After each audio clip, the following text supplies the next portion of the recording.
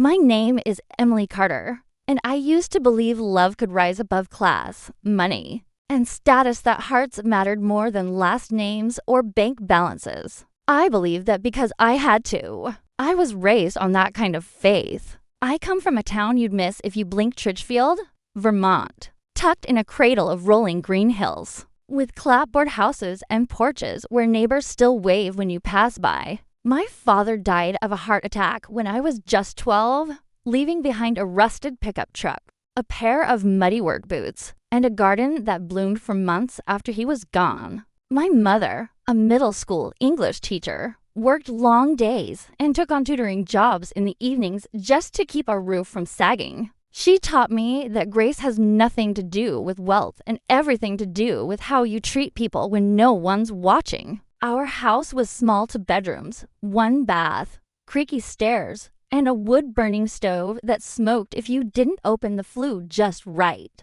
But we filled it with love, books, hand-picked wildflowers, and Sunday pancakes. We didn't have much, but we had each other. And we had flowers. Flowers were my world. My first bouquet was for my dad's grave, a bunch of marigolds tied with yarn. I was too young to know what they symbolized, but even then, I understood they meant something. That's how it started. When I was 16, I used my savings to buy a used workable and started arranging blooms in our shed. By 25, I had opened my own shop, Wild Bloom Studio, on a cobblestone corner in downtown Burlington, Vermont. It wasn't glamorous, and it sure wasn't lucrative. Some weeks I barely cleared $1,200, and others I prayed a wedding deposit would hit in time to cover the electric bill. But it was mine. I lived in the apartment above the shop, worked 6 days a week, and took pride in every single stem I touched. Brides came to me with Pinterest dreams and tight budgets, and I turned their visions into something real. People said I had a soul in my petals. Then he walked in, Daniel Whitmore. He came in one rainy Thursday afternoon in October, wearing a tailored navy coat, the kind that looks like it belongs on the pages of a men's fashion magazine. His hair was damp, his eyes tired, and he was holding a coffee in one hand and a slip of paper in the other. "Hi," he said. "I need flowers. For my aunt. She just got out of surgery." I remember the way he looked around the shop, like he'd stumbled into something softer than he was used to. Like he didn't expect the smell of eucalyptus and rose water, or the Billie Holiday record spinning softly in the background. I made him a cheerful arrangement: yellow tulips, white lisianthus, and blue hydrangea, and when I handed it to him, he smiled like it had actually lightened something inside him. He came back a week later. "The flowers helped," he said. "So here I am." He kept coming. At first, it was once a week, then every other day, then daily. One afternoon, he asked if I wanted to get coffee. I said I had my own beans and a perfectly good espresso machine in the back. We sat in the supply room for 2 hours, talking about nothing and everything. How he hated the term networking, how I once got stung by a bee mid-bouquet, how he missed the stars living in the city. Daniel was different. He wasn't showy or fake. He was thoughtful, curious. He worked in tech, managing operations for a software firm based out of Boston. But he didn't brag. He just listened. He made me feel like my little world mattered. Soon, we were inseparable. We'd go on hikes in the Green Mountains, eat at hole-in-the-wall diners, and spend rainy Sundays curled up on the shop floor, surrounded by leftover blooms. I lived above Wild Bloom. He split his time between Boston and his aunt's place in Montpelier. It wasn't convenient, but we made it work. And then, after 6 months, he introduced me to his mother. Margaret Whitmore was the kind of woman who entered a room like a queen entering court, precise, polished, and completely sure of her power. She lived in a penthouse on the Upper East Side, had season tickets to the Philharmonic, and wore perfume that smelled like chilled marble. When I shook her hand, she barely grasped mine. "You range flowers?" she asked, her voice smooth but steeped in judgment. "I own a flower shop," I replied, standing straighter than usual. She turned to Daniel with a pinched smile. Charming. That word. I'll never forget it. The way she said it. It felt like a stone skipping across my skin. It didn't take long to understand what she really thought of me. I wasn't polished. I wasn't rich. I didn't go to Yale, or wear Chanel, or understand the language of social clubs and private equity. I used coupons. I wore flannel. I smelled like dahlias and dirt. But Daniel loved me. Or, at least, I thought he did. I told myself her opinion didn't matter. That he was different from her. That love was enough. But that was before the engagement. Before the wedding planning. Before the guest list passed 1,000 and the flowers were stripped from my hands. Before she said the words I'd never forget. But that's another chapter. Daniel proposed on a cold January night. The kind where the air bites at your cheeks and even the stars seem frozen in place. We were in New York City, standing on a private rooftop just off the Brooklyn Bridge, overlooking the skyline glittering like 1,000 diamonds. The wind was sharp, but the scene was pure magic, flickering candles, rose petals scattered on white linen. A string quartet tucked into a corner, playing something delicate and expensive. It was the kind of proposal people dream about. The kind they post on Instagram with dramatic captions and hashtags. It must have cost him over $10,000, maybe more. Knowing Daniel, he'd flown in the quartet, catered champagne and truffle hors d'oeuvres, and reserved the space months in advance. I should have felt swept away, and part of me was. But another part, the part that still smelled of lavender and eucalyptus from my shop back in Burlington, felt strangely out of place. Then he got down on one knee. The lights behind him shimmered. The wind pulled at his coat, and he held out a blue Tiffany & Co. box like it weighed nothing. Inside was a ring that could blind the moon princess cut, platinum band, set in a swirl of smaller diamonds that sparkled like rain on glass. "Emily," he said, his voice shaking just enough to sound sincere, "will you make me the happiest man alive?"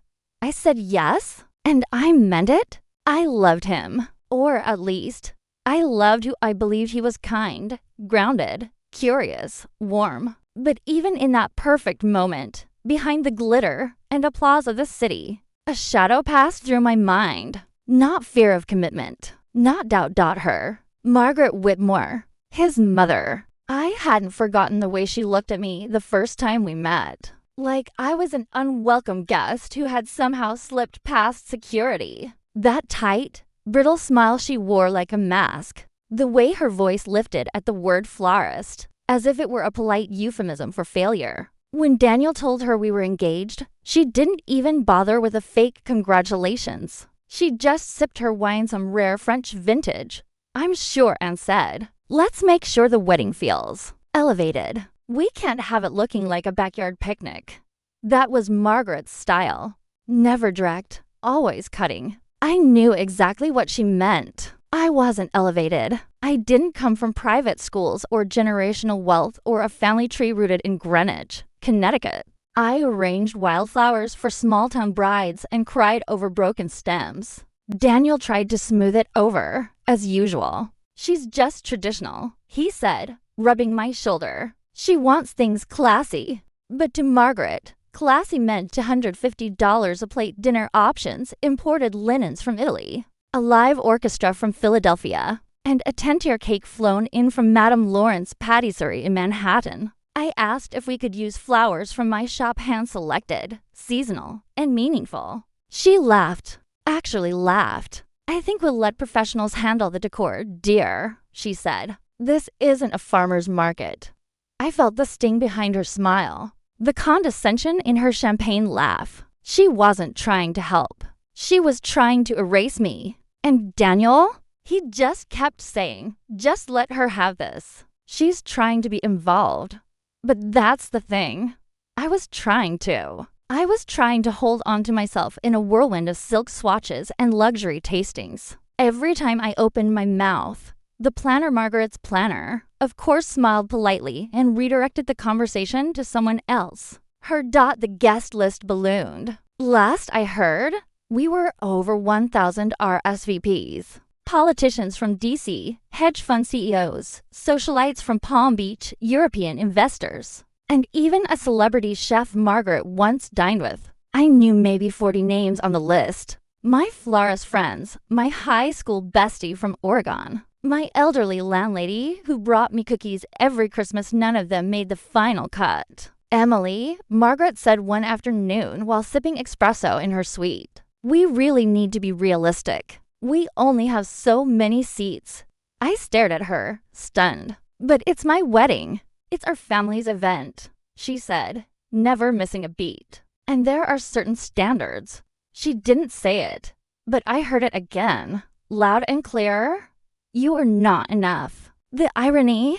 Back home, I was helping a bride plan a wedding for under $600. She cried when she saw her bouquet a cluster of garden roses, baby's breath, and foraged greens I picked myself. She was marrying a mechanic. They were renting out the back of a barn from a friend, and she was radiant. I envied her. That night, I sat on the floor of my shop, surrounded by clippings and petals. I was preparing arrangements for last-minute elopement sweet peas, ranunculus, and lavender, and I looked down at my hands, stained with pollen, smelling like spring. I glanced at my engagement ring. The stone sparkled like it belonged in another life. I whispered to myself, if this is what love costs, am I paying too much? But I pushed the thought down, because I didn't want to be the girl who walked away from something people dream about. I didn't want to be the one who said, this is too much.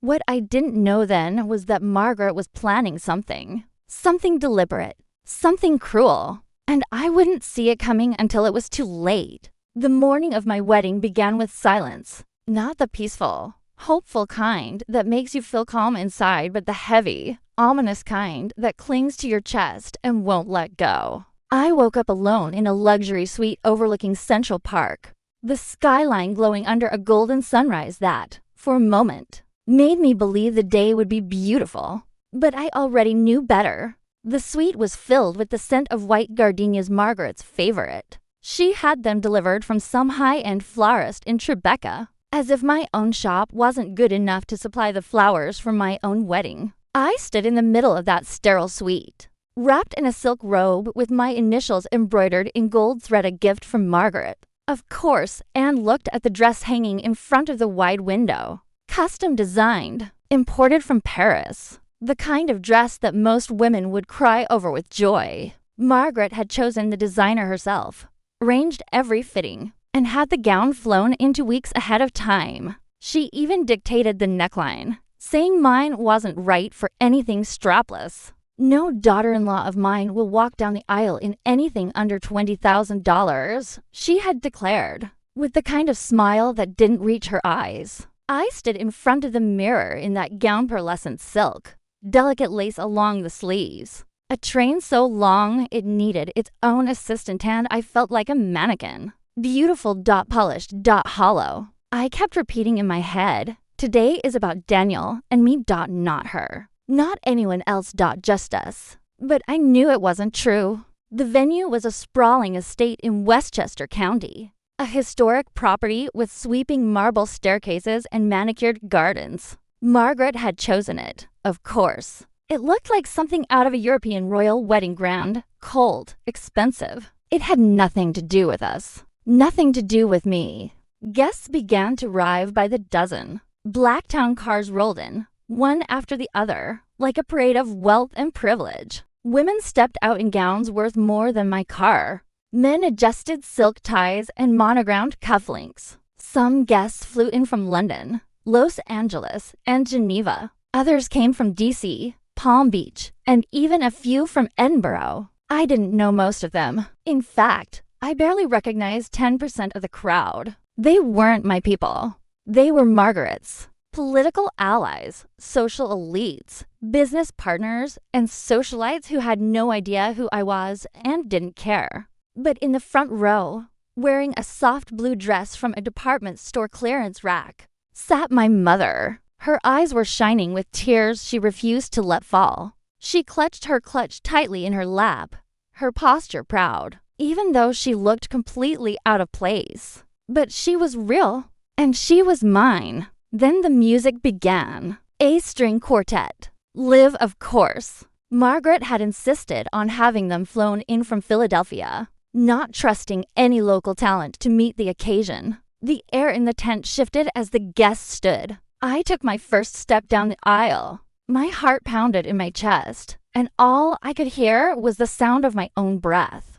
Daniel was waiting at the altar, dressed in a classic black tuxedo. He looked nervous, but he was smiling nervously, hopefully. His eyes met mine, and for a moment, I believed that maybe this could still be our moment. Then the priest spoke. Who gives this woman away? Silence. For half a second. Then Margaret stood. Not my mother. Not Daniel's father. Margaret. She stepped forward slowly, deliberately, like a queen walking to her throne. She was dressed in a slate gray designer gown, pearls at her throat, her hair swept up in an elegant chignon. She didn't even look at me. She looked directly at the priest and, in a voice that was smooth, confident, and amplified by the microphone, said, I suppose we all do. She doesn't have much. She's just a poor florist. A gasp rippled through the crowd. A few awkward laughs. Some people thought she was joking, but she wasn't. Her eyes finally turned toward me, expressionless and cold, daring me to flinch. I stood there, frozen, the blood draining from my face. I wanted to disappear. To vanish from that tent with its white canopy and gold chairs and 1,000 watchful eyes. My knees threatened to give out. I turned to Daniel. He looked stricken, horrified even, but he didn't speak. He didn't step forward. He didn't grab the mic and say, that's enough. He just stood there, jaw clenched, blinking in slow disbelief. That was the moment everything changed. I looked at my mother. Her expression had fallen. The pride had disappeared. What remained was sorrow, deep, aching sorrow. But she held her chin high, as if trying to give me her strength from across the aisle. And that's when it hit me. This wasn't my wedding. This wasn't my family. This wasn't my future. Because if I let Margaret speak for me today, she would speak for me forever. So I did the one thing I never imagined I'd do. I turned to the priest, took a breath so deep it felt like oxygen returning to my lungs, and said, excuse me, I need a moment. Then I walked, not ran, walked, slowly, proudly, down the aisle, past the guests in their expensive clothes, past the stunned silence, past Daniel, whose mouth parted slightly but said nothing. Margaret's mouth twitched in confusion, then outrage. But she didn't stop me. No one did. 1,000 eyes watched me burn. And I let them? Because I wasn't walking away in shame. I was walking away in strength. And for the first time in months, I felt like myself again. I didn't look back. Not at the guests gasping in their chairs. Not at Daniel standing stunned at the altar. And certainly not at Margaret. Clutching her pearls like my quiet rebellion was a declaration of war. I walked past the rows of strangers in $1,000 suits and evening gowns, past the glinting champagne flutes, past the white roses I hadn't picked, the chandeliers I hadn't chosen, the music I hadn't approved. I walked away from a $300,000 performance that had nothing to do with love. My heels sank slightly into the manicured grass with every step, and each step felt lighter. By the time I reached the gravel drive, I was already breathing easier. A town car idled near the edge of the allotment for the bridesmaids, I think. I climbed in without hesitation, the driver turning with a confused look. Where to, miss? He asked. Grand Central Station. Please, I said, voice clear. He paused for a moment, then nodded. Maybe he recognized the fire in my eyes, or maybe he just knew not to ask. Either way, he drove. The ride into Manhattan was quiet. I looked out the window and watched the world blur by brick buildings, deli awnings, dogs on leashes, people living their ordinary, beautiful lives. I was still in my wedding dress, still painted in professional makeup, hair pinned and perfect. But my mascara had smudged, and I could feel the swell of tears crusting in the corners of my eyes. When I boarded the train to Vermont, people stared. Of course they did. A woman in a couture bridal gown sitting alone in coach. No bouquet. No groom, just silence, and a leather duffel borrowed from the back seat of a bridesmaid's car. An older woman sitting across from me gave me a kind smile. A little girl with pigtails tugged on her mother's sleeve and whispered, "Is she a runaway princess?" I smiled at her. Something like that. It took 4 hours to get home. 4 hours to unspool months of emotional knots. When I finally stepped off the train in Burlington, I could smell the mountain air, pine and earth. It was colder than Manhattan, but it felt warmer, somehow. Still in the dress, I walked the 5 blocks from the station to my shop. It was almost midnight. The streets were empty. The glow of the shop's sign, Wild Bloom Studio, felt like a heartbeat in the night. I opened the door, inhaled the scent of dried lavender, fresh eucalyptus, and sweet soil. The old wooden floor creaked under my steps. Buckets of flowers waited in the cooler. The little bell above the door jingled behind me, and in that moment, I knew I was home. This was my cathedral, my sanctuary. I lit the candles in the front window, turned on the soft jazz playlist I always played on Sunday mornings, brewed myself a strong cup of black coffee. Then I kicked off my shoes, dropped the veil to the floor, and sat behind the counter in full bridal regalia like it was just another day at work. But it wasn't. It was the day I didn't become Mrs. Whitmore. It was the day I reclaimed Emily Carter. 2 days later, Daniel showed up. He knocked once, then let himself in. I was arranging Wildflower's foxglove, anemone, Lysian, the something light and airy for a local bride who couldn't afford much but cared deeply. I looked up, hands still buried in stems. He looked like he hadn't slept. His shirt was wrinkled, his expression unreadable. I should have stopped her. He said softly, "You didn't." I replied. He stood in the doorway, frozen. Maybe he expected me to cry. Maybe he hoped I'd yell, give him something to fight for. But I didn't have it in me. Not anymore. "You let her speak for you, Daniel," I said, the words heavier than any accusation. "You let her speak for me. That's not love. That's silence." He looked at the counter, at the simple sunflower in a mason jar. One of mine. Something real. "I did love you. I believe you," I said. "But love isn't enough if you don't protect it. If you don't protect me." He nodded. No arguments. No excuses. That was the last time I saw him. A year passed. I didn't tell my story. Not at first. But someone else did. A guest from the wedding someone I barely knew leaked the story to a bridal blog. They published it with a photo taken just before I left, me standing in the aisle. Bouquet clutched tight, eyes set straight ahead like I was marching into a battle. The headline read, "The florist who walked out on $1 million wedding." I hated it. It made it sound performative, scandalous. But it went viral. Calls poured in, not from media outlets, but from brides, women who'd been steamrolled by planners, mother-in-laws, even their own grooms. Women who wanted a wedding that felt like there's not a spectacle for someone else's ego. Business doubled, then tripled. By fall, I had hired 3 part-time florists to help me manage the shop. I opened a second location in Montpelier, just a small space, but charming. I called it Bloom No. 2. My mother started coming by every Saturday. She wears her favorite cardigan, brings fresh cinnamon rolls, and arranges daisies in the front window while humming the same folk songs from my childhood. It's become a ritual. Last month, I received a handwritten letter from a bride in Philadelphia. It said, "You made me believe I could have a wedding without selling my soul." I read it at my desk, tears falling silently into a pile of magnolia leaves. And Margaret? Well, I hear she tells people I had a breakdown, that I was emotionally unstable, that I walked out of my own wedding in a dramatic display of immaturity. Let her say it. Let her rewrite the story if it helps her sleep. Her version doesn't matter anymore. Because I may be just a florist, but I am also a woman who knew when to walk away. A woman who chose herself when the world expected her to perform. A woman who remembered her roots even when everyone else tried to dig them up.